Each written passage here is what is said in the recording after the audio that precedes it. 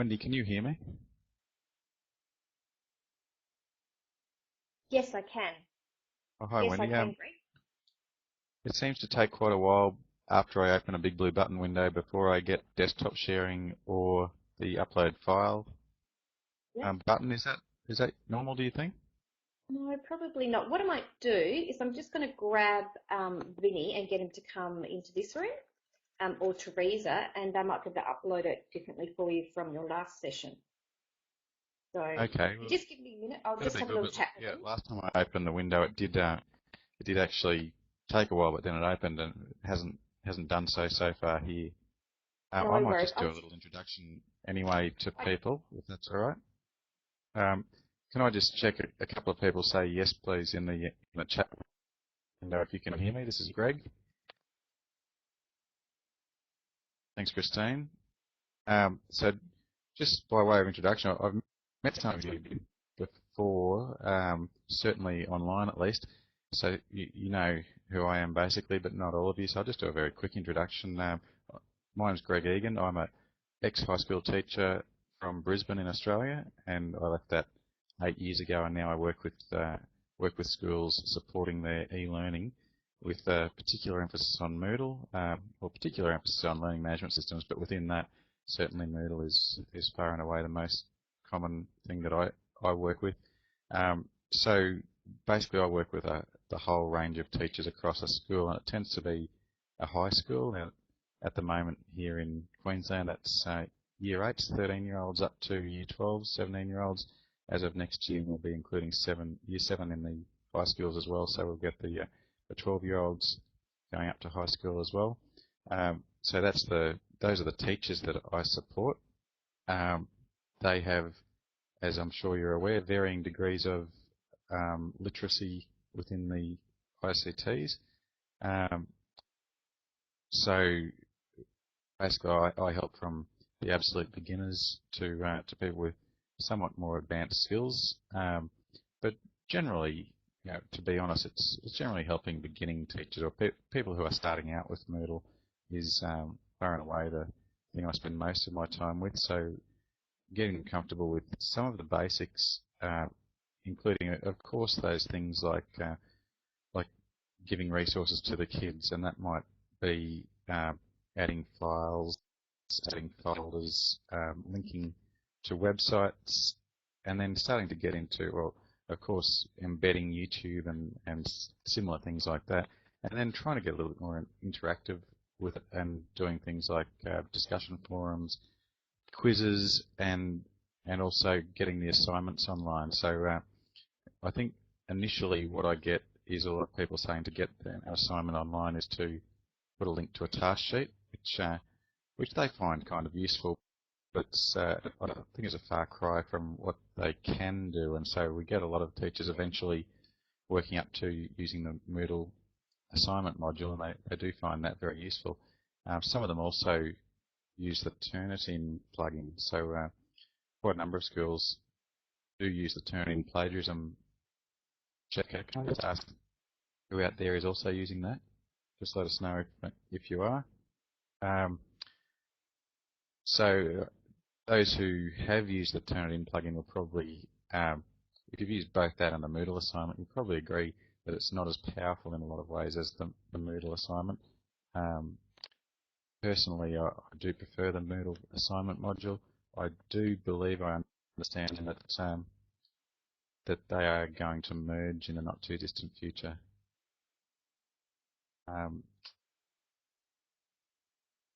Thanks, Teresa, and thanks, Wendy. I have actually got the button now. I could do it myself, so let me know if you want me to upload that presentation, and I can do it now. So yeah, they do start to use the Moodle assignment module, and they find lots of benefits in doing that, from less lost assignments to the ability to give much more better feedback and more timely feedback, especially if they're using either the Annotate PDF plugin, or if they've used Moodle 2.6 or newer, that is 2.6 or 2.7, and can therefore have the Annotate PDF plugin actually built into it. So that does allow them to get their feedback going much more quickly than what we used to do. Can I just get a little bit of a show of hands, or just type into the chat window, who's already using annotating PDFs?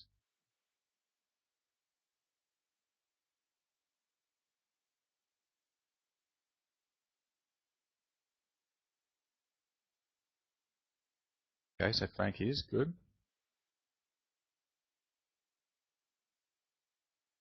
Okay, I'll take it from that others aren't using the Annotate PDF module. We'll certainly be having a look at that today. So what we can do is actually annotate directly on the PDFs without having to download assignments and annotate them on the desktop and then upload them, that sort of thing. So it does save a lot of time. And I think that therefore does lead to better feedback, because teachers will have a little bit more time to do it. Okay, I'm just going to just have a look in the other windows how that presentation's going, or whether I should try to upload it myself. Teresa's got the PDF.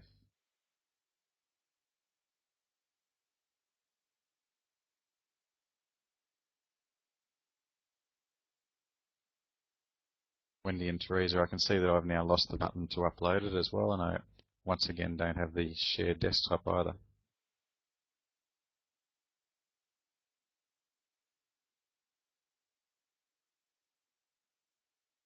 I'm quite happy for you to upload the presentation for me, but if I can't share my desktop, I can't really show people what we're going to do in all of this stuff.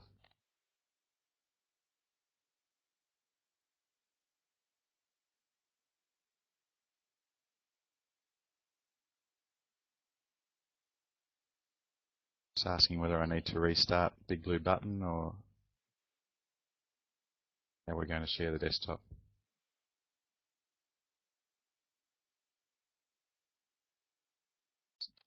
Okay, it's back. Thank you. All right, so I'm just going to check on Wendy's message to me. All right. Okay. Thanks, Wendy. Again, I have the ability now to upload it myself. I'm just asking, should I try, or will that get in the way of what Teresa's doing?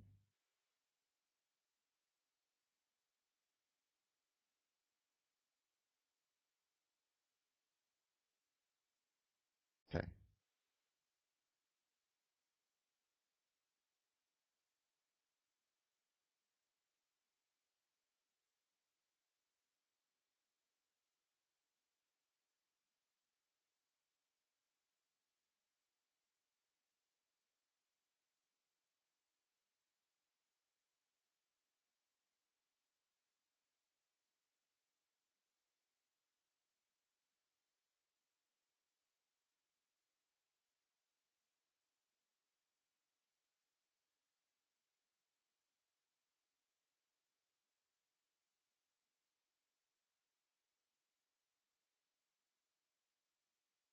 Okay, that's looking better. All right, thanks very much, Teresa and Wendy, for your help with that. Hi guys. Yeah, sorry about that. I've just had to take the background off. I had to shrink the file size a bit there, Greg. So it's white instead of. Yeah, that's all right. I'm not too concerned with the colour. Yeah, sorry everyone. I perhaps should have been more organised. I thought this was just going to be here from yesterday when I presented this session, but I think we're ready to go now. So sorry for the slow and late start. So we'll get right into it. I'm going to move through my slide deck a little bit and then start presenting some examples of things. Love the colours, nice contrast for us old eyes. Thanks, Frank. Possibly better than my original design too. So moving right through. All right, so reasons why we'll collect assignments with Moodle. Look, I've probably touched on these already, but just briefly going through these. I think it's good to collect assignments with Moodle because we don't lose them. You know, I don't know about you guys, but I certainly have, when I was teaching, had assignments slapped on top of a pile of papers as I walked down the hall, and it was probably the wrong pile of papers, and it doesn't make it easy to keep everything together. And I know lots of other teachers have had similar experiences. So just the fact that they upload it and Moodle keeps them together and keeps track, as in the second point, keeps track of who submitted which assignment, so students don't need to put their names on them. Possibly even better that they don't if you want to make use of the blind marking feature in Moodle as well, where you can grade students without knowing who submitted what, which might be an interesting exercise. Third reason why we might collect assignments with Moodle is just because there's so many options that allow us to give feedback and grades to students in different ways. I'm going to start by going through the simplest method, that is simple direct grading, where we can just give a single grade and overall feedback to the students. I'm also going to look at the same time at how we can annotate PDFs for them. All right, as I've already been speaking about, annotating PDFs can allow us to give better and more timely feedback. And thirdly, we'll look at creating rubrics to grade according to criteria and standards. Now, once again, I'm not sure what systems everybody's in, but here in Queensland, and I guess across Australia, we do a lot of criteria-based assessment, where each assessment piece might have 2 or 3 criteria that we have to grade on, and people use rubrics, so they have descriptors of each standard for each criteria, and they work out where the student sits in each criteria. So in reality, when a piece is marked, the students really get 2 or 3 grades, 1 for each criteria. They always want to know what their overall is, and the way we do grading here, overall doesn't really make sense until the very end of a course. But when they've got 3 Bs, or so, you got a B. You got a B for each criteria, therefore you got a B. So I'll have a look at how to do the rubrics, and the other reason why we might collect assignments with Moodle is just the fact that it records all those grades automatically in the gradebook. So if you're starting to make use of the gradebook, it can be a great record of what the students have done, especially once you get to understand how to make the totals actually reflect what they've done, which is probably my major beef when I first started using the gradebook, was the totals it was showing weren't matching the things that were recorded. But once I worked out how to change that, how to make it work the way I thought it should, then certainly I found the gradebook really powerful. If you are interested in the gradebook and haven't got into it much before, you might like to have a look at my other session later today, which I can be sure the PowerPoint will be uploaded before it. All right, moving along. Right, so I'm going to go through creating a simple assignment. This is for those people who haven't really done assignments before on Moodle. Just going to go through and take all of the basic options really, not do anything really out of the ordinary. So I'm going to turn my desktop sharing on now, and then I'm going to move across to my course. I'll check back from time to time, so you will see it flick from my Moodle course that I'm demonstrating on back to this window. And sometimes I believe the audio goes a little bit flaky when you're switching between windows, so just be prepared for that, I guess. So I'm turning that on now. And as that starts up, I'm going over to a sample Moodle course for English literacy and turning my editing on. And I would appreciate in the chat window if a couple of people could just let me know that they are seeing my English literacy Moodle course. It'll have hot potatoes activities at the top, and getting started, novel study, the book thief, and so forth.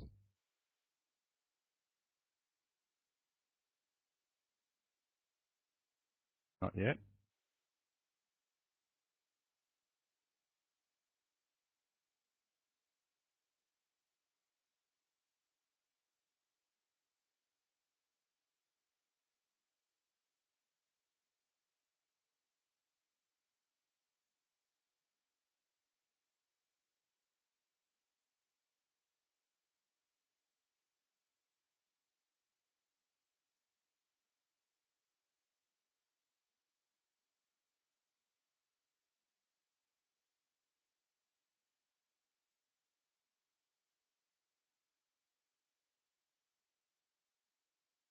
Yeah, I chose desktop sharing up the top, and it thinks it's already sharing it.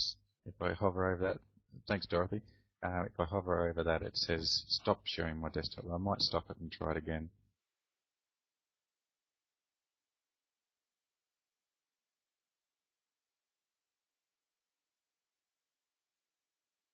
I presented twice yesterday and this worked, so I don't think it's the Java or anything like that.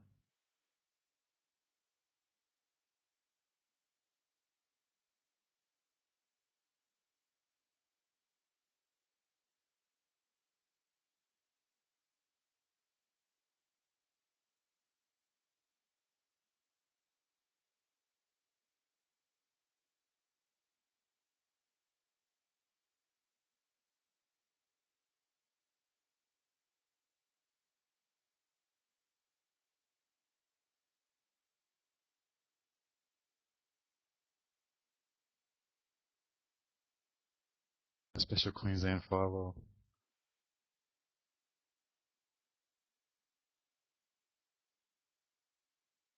Okay, it's starting to try to give me a presenter's preview now, so I'm not sure if that's good news.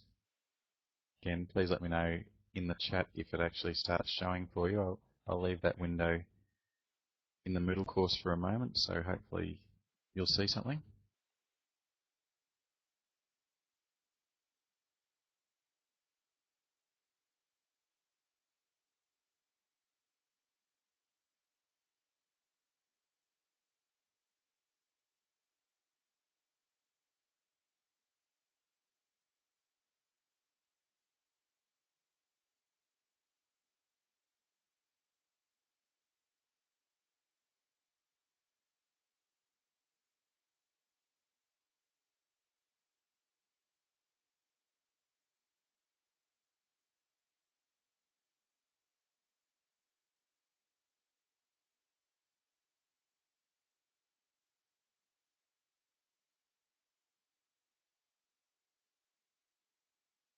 I think we might be coming up now. It's just now popped up a couple of messages to me about whether to allow or block.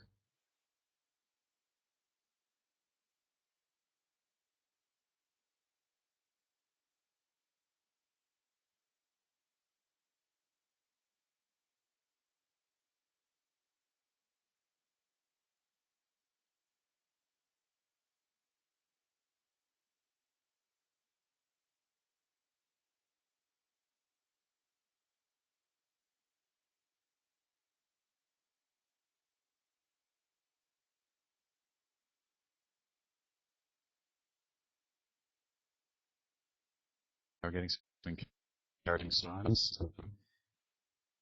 Ask me to run with Java. It says I'm sharing my desktop. I'm hoping that that's what you're seeing now. There it is. Thank you. All right. So let's get straight into making creating a simple Moodle assignment. So I've gone to add an activity or a resource as normal. Under activities, the first one is assignment, so I'm going to select that and click add.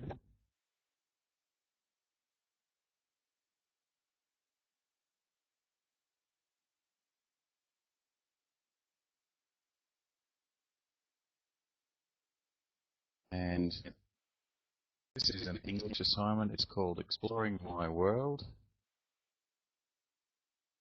assignment. Now, I wouldn't even necessarily put assignment on the end of that, but if students are a bit new to it and don't understand what the icons mean, I probably would.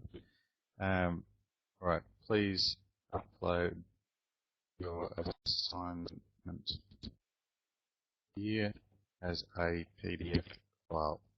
They don't have to upload as a PDF, but they do if you want to use the Annotate PDF plugin and be able to make annotations on their work online. So I think it's not a bad idea to do it that way.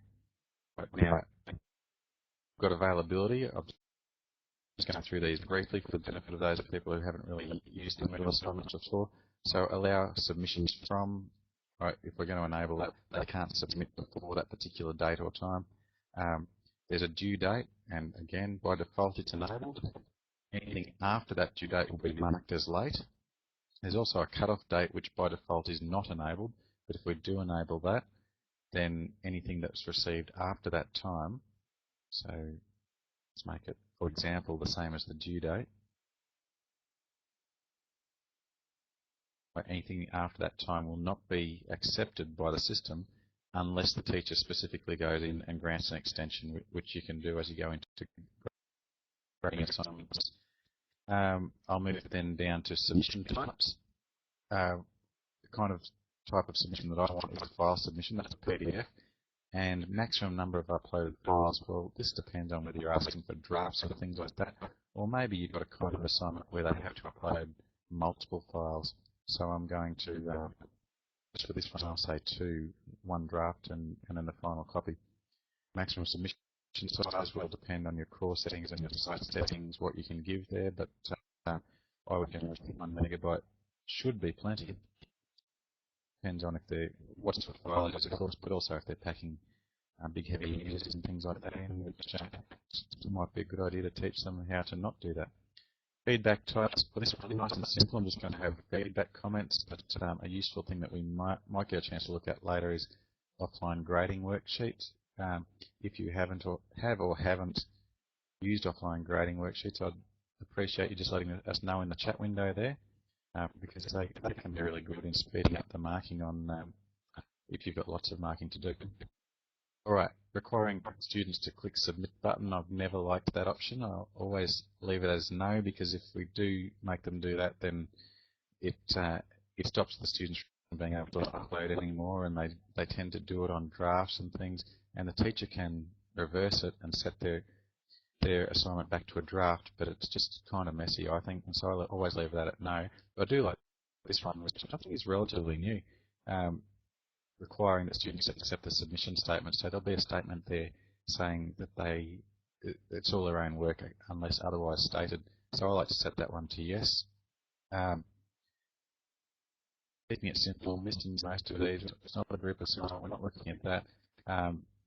Most of us don't tend to want a notification, an email notification, when a student hands in a assignment. It probably depends on your setting. When I taught online, I've actually turned that on because people were submitting at different times, and I thought it was good to get an email telling me something had been submitted. Probably more importantly, in most cases, the grade, I'm going to set this to be graded on a scale of A+ to E-. If you haven't got that there, I'm not sure if you know how to add custom scales or standard scales. We'll go through that a little bit later. We're going to stick with the simple direct grading here, which is the simplest method to start with. There's no grade categories because I haven't set up my gradebook to have categories yet, but that can be useful as well. And again, more on that if you go to the gradebook session later on today. I'm not going to do blind marking for this one. If I did, it would make the students' work anonymous, so I wouldn't be able to see whose each submission was. I'm not going to use a marking workflow either, which allows me to set stages of where we're at in the marking process. I've got outcomes turned on as well. Not sure if you guys have used those, but we might get a chance during this session to have a look at it as well. Nothing else really there. Probably the other thing that I do quite often is just setting a group, like setting it to separate groups, so that if we've got 7 classes in the school, all doing the same thing, then their teachers can look at just their class rather than see 200 students. All right, so I'm going to go save and display.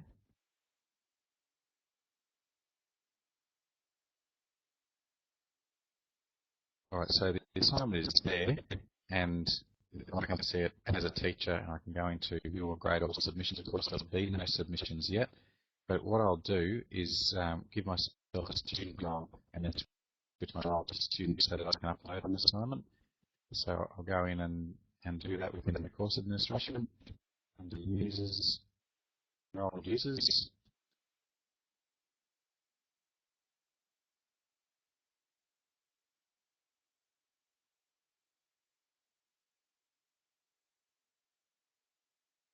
Just pop back into Big Blue button and see what this comments are.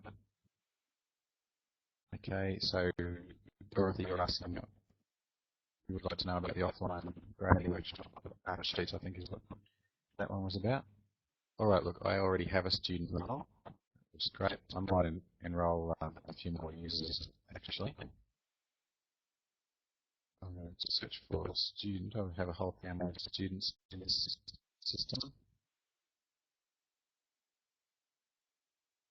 There they are. Sam, Steve, the third student can all be enrolled. Just so that we'll have a few people we're going to grade. Alright, so I'm now going to go back into my English literacy class.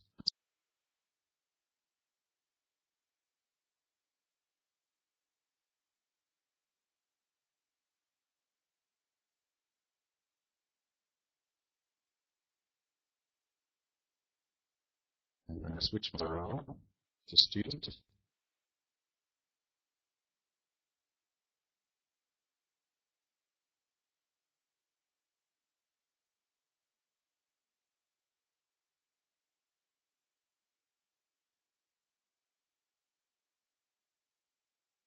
And going down to the new assignment I've created.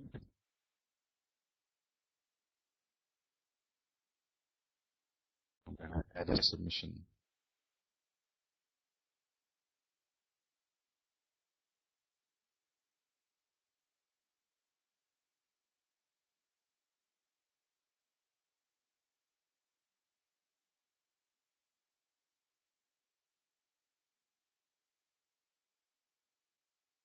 Okay, so as a student, I need to tick the box that says this assignment is my own work except where otherwise stated.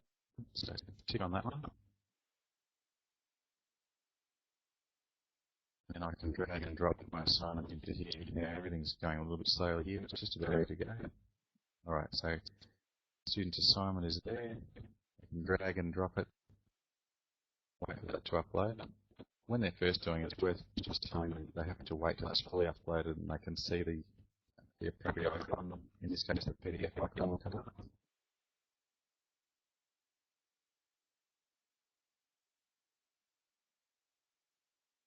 Just click back to a big blue button and see if there's any questions in the chat. No, not at this stage, so back to here and it's just about done. There it is, the Viking assignment, the PDF icon has come up, so now save changes.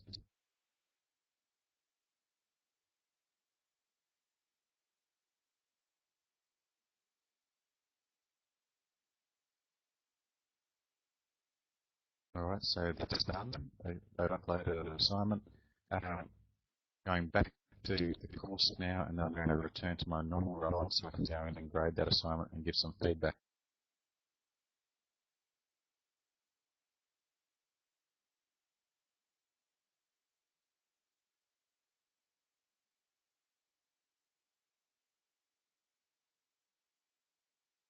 Right, so I'll go into the assignment. Okay, it says there's 5 participants, that's myself and the other 4 from the student family. If I click on view or grade all, by the way, it shows it's one submitted and one still needs grading, which is the same one obviously. If I click on view or grade all submissions, okay, we can see there's actually one submission there, the one that I've just put in as a student. I'm going to click on a grade for that one. Notice those options, by the way. See the grant extension option that I alluded to before. If a student tries to upload after the cut-off date, they won't be able to unless you grant that extension. All right, so I'm just going in and I can look at the submission here. I'm not going to. I'm going to use the PDF annotation instead. So scrolling down a little bit further. All right, I can launch the PDF editor now. So this is something that's been, well, it's available as a plugin for a long time actually, but it's been as part of the core Moodle since 2.6, I believe. So if you've got 2.6 or newer, it will actually be in there, but it needs to be turned on. From memory, it is actually turned on by default, but you also need a thing called GoToScript on your server. If you don't have that, it won't work. If you have it, but you don't have the path correct in the admin settings, it won't work. If your permission structures are wrong, it won't work. So there's just a little bit of fiddling around to be done, but it's not really that difficult. All right, so annotate PDF should be able to work from 2.6 forward, and in fact before that if you're using the third-party plugin. Just checking back to Big Blue Button for any questions, and back again. All right, so I've got a cover sheet there, so I'll go to the next page, page 2.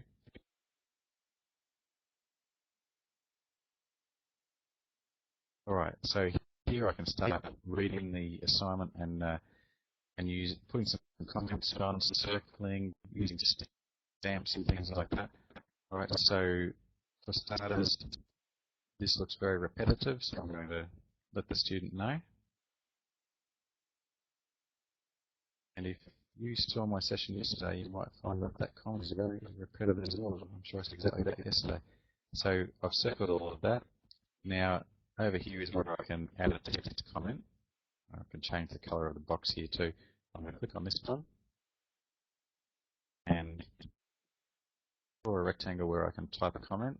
Now, I could type a comment by hand, but I can also use a quick list that I have created. As you add comments, you can add that to a quick list. So I'll click on that one. I'm going to choose this is repetitive.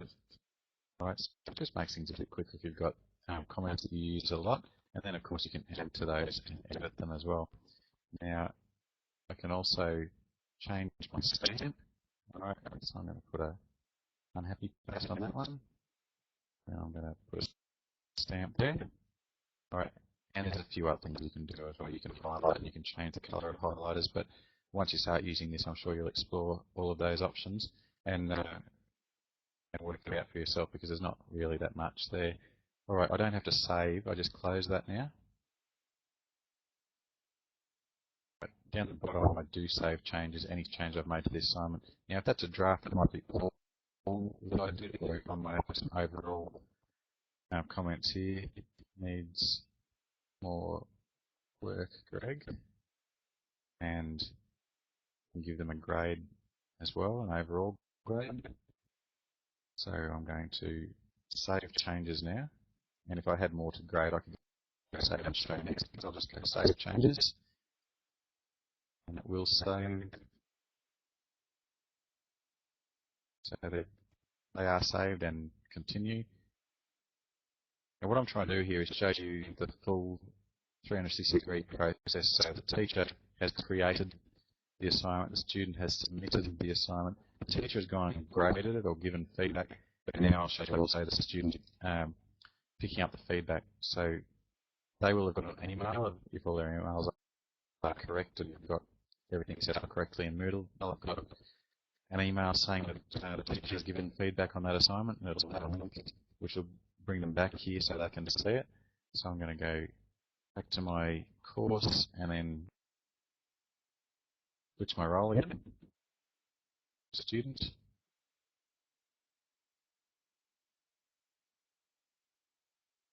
And go to that same assignment again.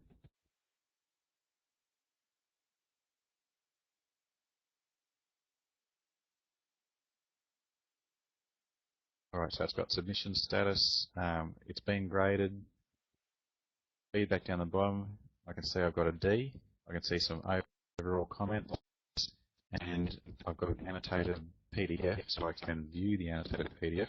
So notice that's a separate copy. I've annotated a separate copy, the original is still there. And when he clicks on that one and goes to the right page, you'll see my comments. Okay, so it's a nice, I think, quick and convenient way of giving feedback to the students compared to the way people tended to do it before we had this ability, and in my experience it was download assignments either all together as a zip file or one by one, and then open them in probably Microsoft Word, add some comments on it through Microsoft Word, and then save it, and then upload it again to each student. So add a feedback file, and really, I'm not sure how many of you did that in the past, but it's a bit of a pain really compared to the way we can do it now with annotating the PDF. Yes, absolutely, Teresa. It's much easier than that. All right, so that's really creating a simple assignment. We might try to go a little bit further now.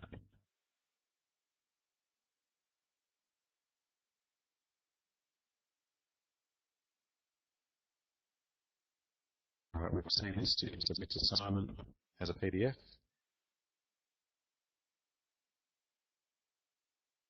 Teacher grades assignment. Got something in the slide there about revealing student identities. That only applies to blind marking. So if you do turn blind marking on, that's great. You can do all your blind marking, but the student doesn't get their grade until you've finished and you go into the assignment settings and reveal the student identity. So I haven't really touched much on blind marking, but it's just kind of a little bit of a gotcha, I suppose. If the students aren't getting their grade back and you have done blind marking, you might need to go back and reveal student identities. All right. So just touching on that, but I'll keep moving.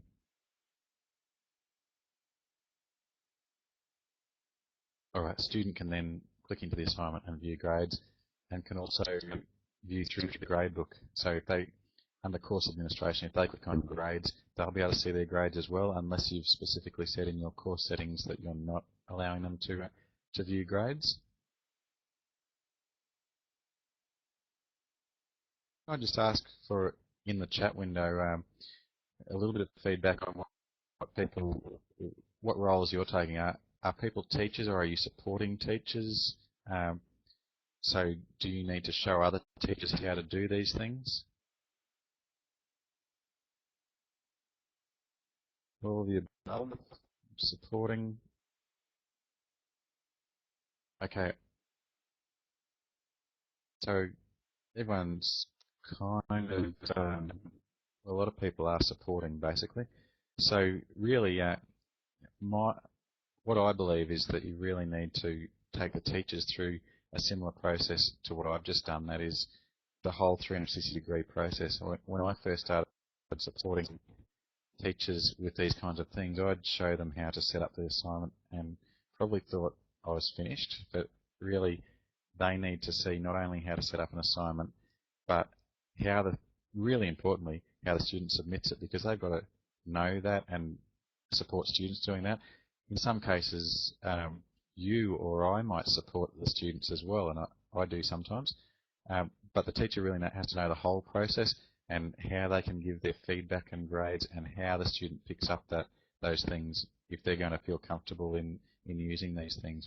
When you've done it quite a lot, you might think, oh, but it's easy. But when you haven't, you've got lots of other things on your plate, then it's probably not that easy. Teresa, I always ask about.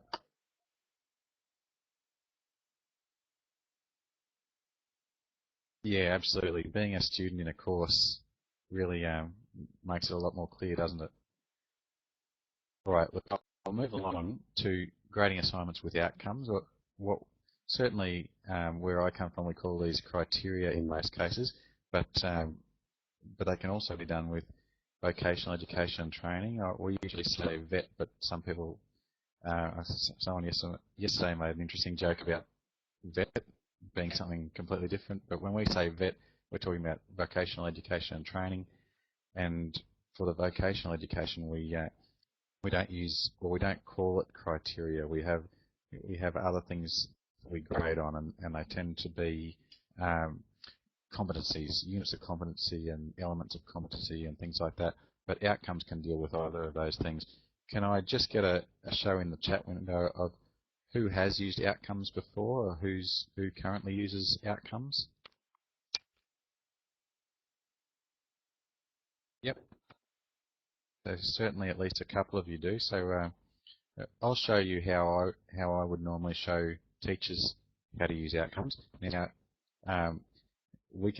outcomes have to be turned on first by the administrator, the site administrator. So if it's not available, it's because it's not turned on. Go and see your site administrator, they can turn it on, and then you'll have it available. It's worth thinking about with your outcomes whether you should set them up in the course as a teacher or whether they should be site-wide, and it depends on how often they're going to be used, I guess. So if it's only going to be used in that course, or maybe only a couple of courses, you might not set it up site-wide. But if they're very common outcomes, then you can set it up as a standard outcome that everybody can access. So it's a bit of a a judgment call on that one. But I'll go back into my course and have a look at the outcomes.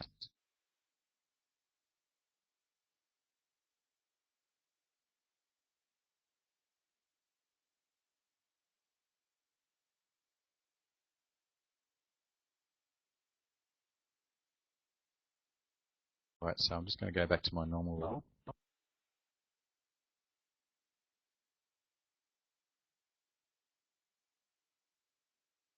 Once it's turned on, you'll find outcomes under your course administration underneath grade. Now you could get there just by going through grades, but it's just a shortcut to go straight to outcomes. So I'm going to click on that one.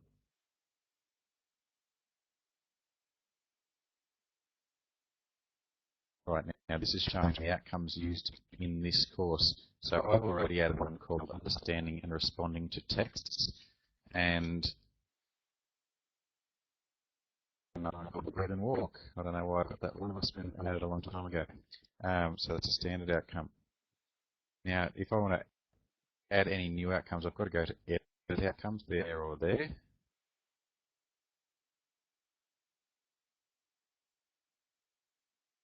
Alright, so I'm editing outcomes now. I want to go to Add a New Outcome.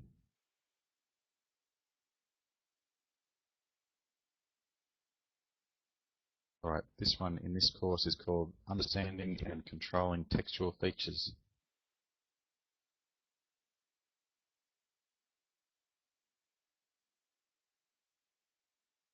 I've done a typing course before I came, shouldn't I?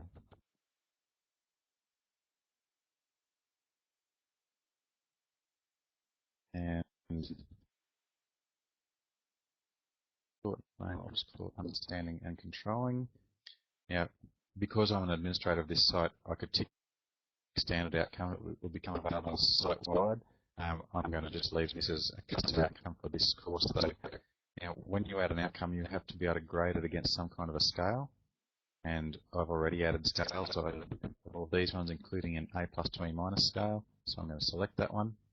If necessary, I can describe the outcome here. You may, if people need to be reminded of what that outcome actually means or what that criteria means. I'm not going to now. I'm just going to click Save Changes.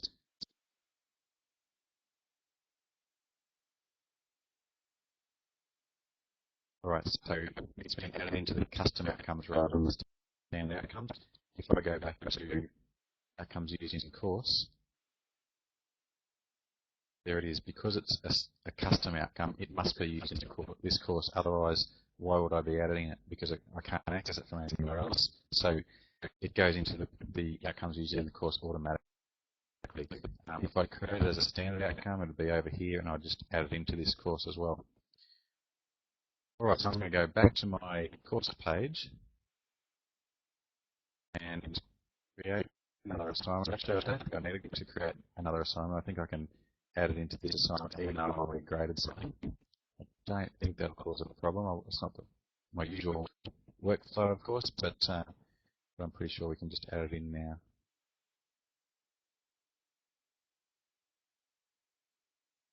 So my editing's on, and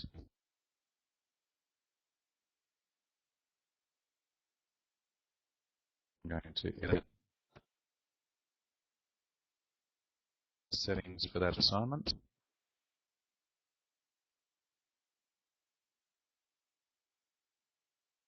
Thanks, Teresa. Just noticing you're answering that question there.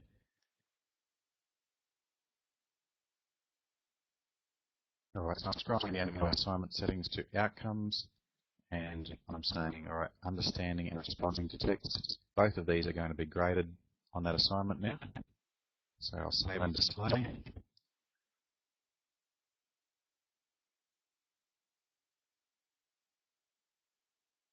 Now going to view and grade all assignments.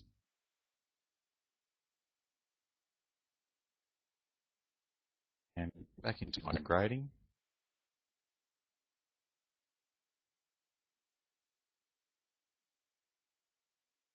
And now under grade, instead of just one grade, I've also got my outcomes. So I can say, alright, well, you are a C in that, but unfortunately you are an E in that one. And I can save the changes.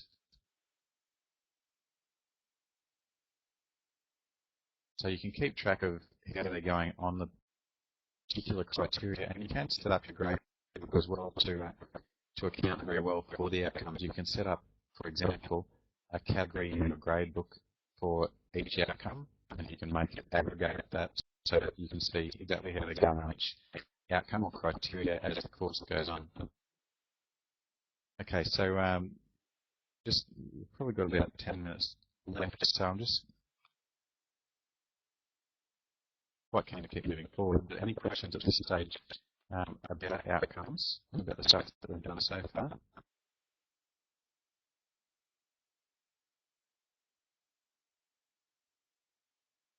10 minutes, Wendy? Yep. All right. I'll keep moving then.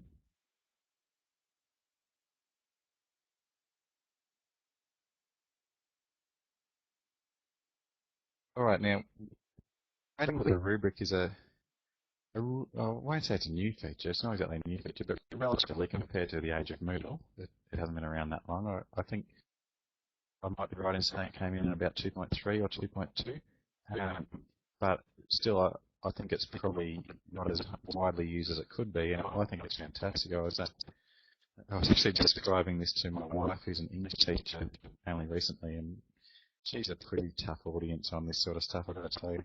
But she thought it was pretty amazing that we could create these things and click on descriptors of standards in criteria, and that Moodle would keep track of that and even aggregate it for us. So I won her over. So hopefully we can win other people over as well. So grading with a rubric, this is firstly how to. So under your assignment settings, choose rubric in your grading method under graded. When you save and display, you'll be able to set up a new rubric. And I won't read through all that. We'll just go through how we do it. But once again, I think I can add this to an existing assignment, just saving myself a bit of time rather than creating a new one, even though we've already been doing some grading on that one. That's what always I'm always a bit concerned about, adding new things to things I'm already grading. All right, I'll give it a go. So I'm going to go edit settings.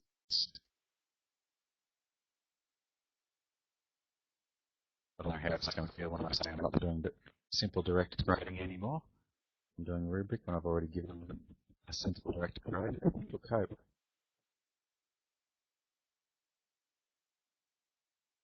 Alright, so simple direct grading, I'm going to change that to rubric.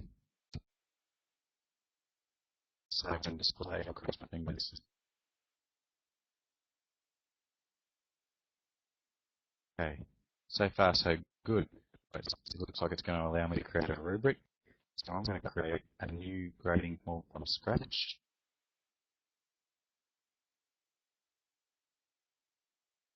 Alright, I need to give it a name.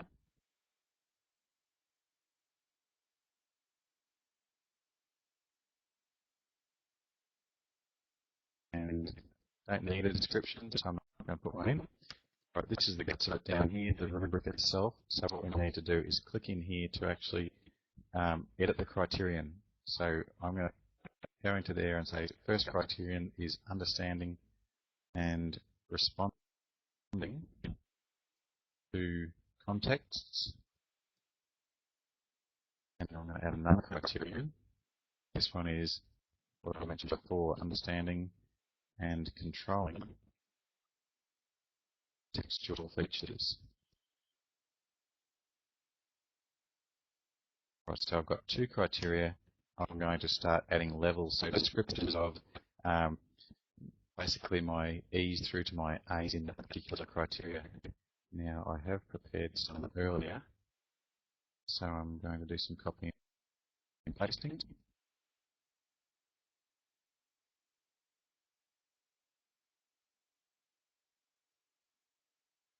Alright, so that's one.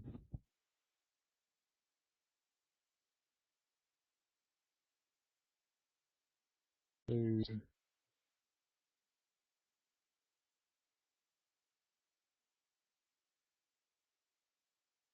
Three. Now I'm going to add another level. I want 5 levels here.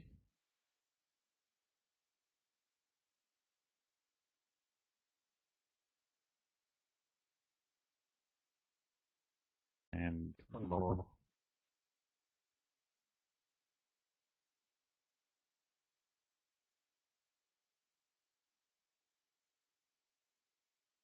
Alright, so I've got my 5 levels there from worst to best. Now I could do the same thing for this one down here. It's exactly the same process, and I could add further criteria if I wanted to. Alright, but for time reasons and to keep it relatively simple, I'm just going to get rid of this one. I'm going to have a simple rubric with just one criteria. So this one's going to go. If I did have a bit more time, it would be good to have more than one, because then you'd see how we can click on say a B up here and then a C down here, and see what it gives as an overall result.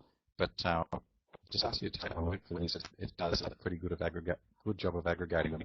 So I'm going to delete that criterion. It's going to ask me if I'm sure. Yes, I'm sure. Right. There's some options down here about when users can see the rubric. All right, so you might want to read through those when you're creating one of these and make some decisions.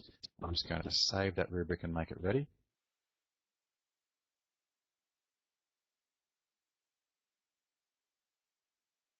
Okay, so now if I go to view or grade all submissions,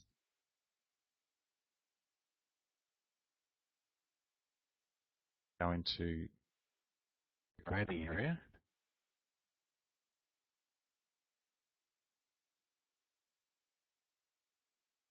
right, here's my rubric. So I view their assignment and say, all right, well, for this criterion, they're great. So I just click here, and that's it. All right, then that's my grading, so I don't have to put the grade anywhere else. And if I've got multiple criteria, it will aggregate those grades into one grade for me. So if I had 3 of them all down here, it would make that a D for me. If I had, say, 1 there and 1 there and 1 here in the middle, make it a C for me.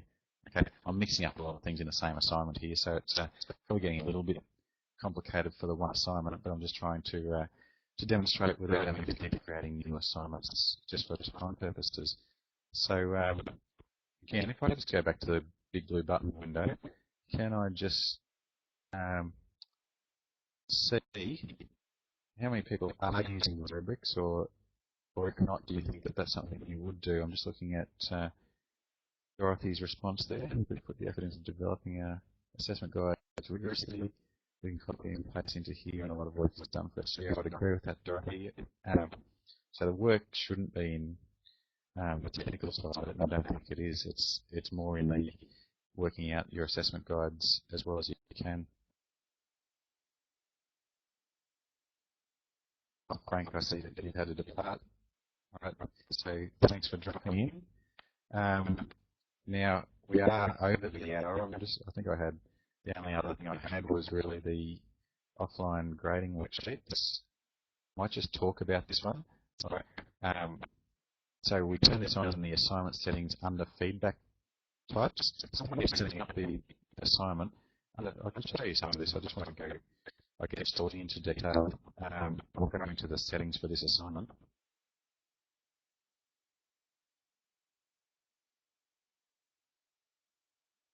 Again, I never in a real situation have this many things going on in the same assignment, but I'll turn it on and see how well it copes.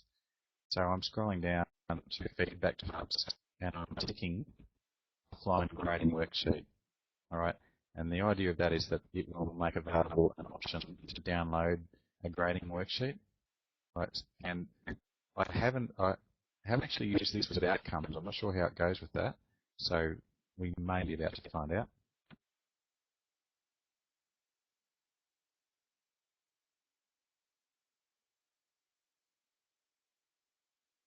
Just noticing some people have had to pop off. Can I just ask if you do, when you leave or when we finish, if you wouldn't mind filling in the feedback on the main Moodle page? I'm just going to, before I go and make that available, because I had that hidden before the session.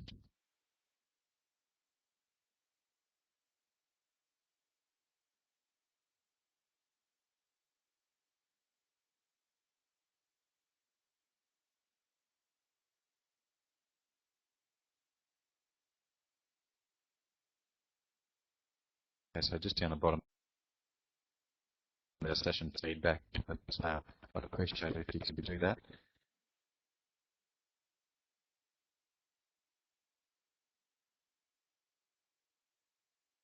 Right, so I've turned that one on now. Set off on grading worksheet. If I view or grade all submissions, hopefully, as I said, there's a lot going on in this assignment now. Hopefully, it will allow me to download a worksheet. And normally, I would actually create a new assignment to do this, but just looking at the time, I thought hopefully we can. No, okay, I'm already grading, so it's not giving me that option yet. So I would actually have to go and create a new assignment. And I think looking at the time, I won't.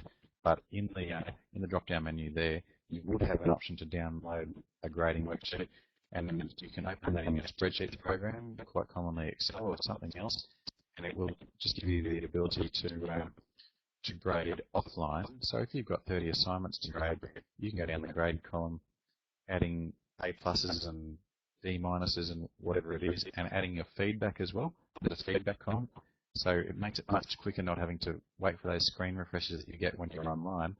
Then you can save it and re-upload it. And when it re-uploads, it will put all the grades in for all the students, and it will then, of course, be recorded in the gradebook as well. Okay, so it's a pretty handy way of doing it for people who've got lots of marking to do, and there's plenty of teachers who feel that that's them. So anything that speeds things up is great. Dorothy, yes, it is easy to upload again. Once you've downloaded it and filled it up, go to the same place, and there will be the option to upload it again as well.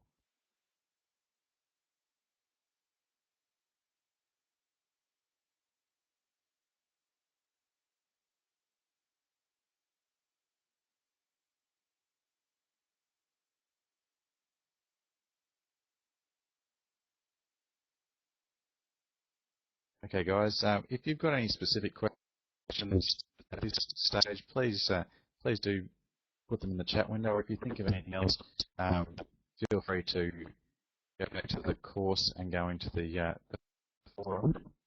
And once again, I'll just put that in the chat window as a link. Editing's on, of course, so it won't be if you're not sure. So yeah, if you'd like to pop any questions in the forum, that would be great. Otherwise, if you could just do the feedback so that I can get a bit of an indication of how people went and what they thought of the session and so forth, to make it better for next time. And again, sorry about the mix-up at the start. I just thought that I'd come in and the presentation from yesterday would still be there. I now know that's not the case, so I'll certainly have mine uploaded for the grading workshop later today. Quickly pop in. Sorry about that. Just thanks for today, and thanks for putting up with all the stuff. I think you'll have to get one of those special presenter assistant badges. But that's, yeah, I think we have one, something like that. Yeah. But thank you so much. Yeah, and my session once, and so I wouldn't have that learning. We'll have to have a look at that one. But thanks so much, Greg, and it's awesome for all the work you've done for iMoot this year. It's incredible. This afternoon, just to let everybody know, in how many hours? Next we've got coming up is Teresa Gibson from New Zealand, who's been helping Greg out. And also this afternoon, in about 5 hours, we've also got Martin Dugiamas talking about the changes to 2.7. So I hope to see you all then. Thanks very much.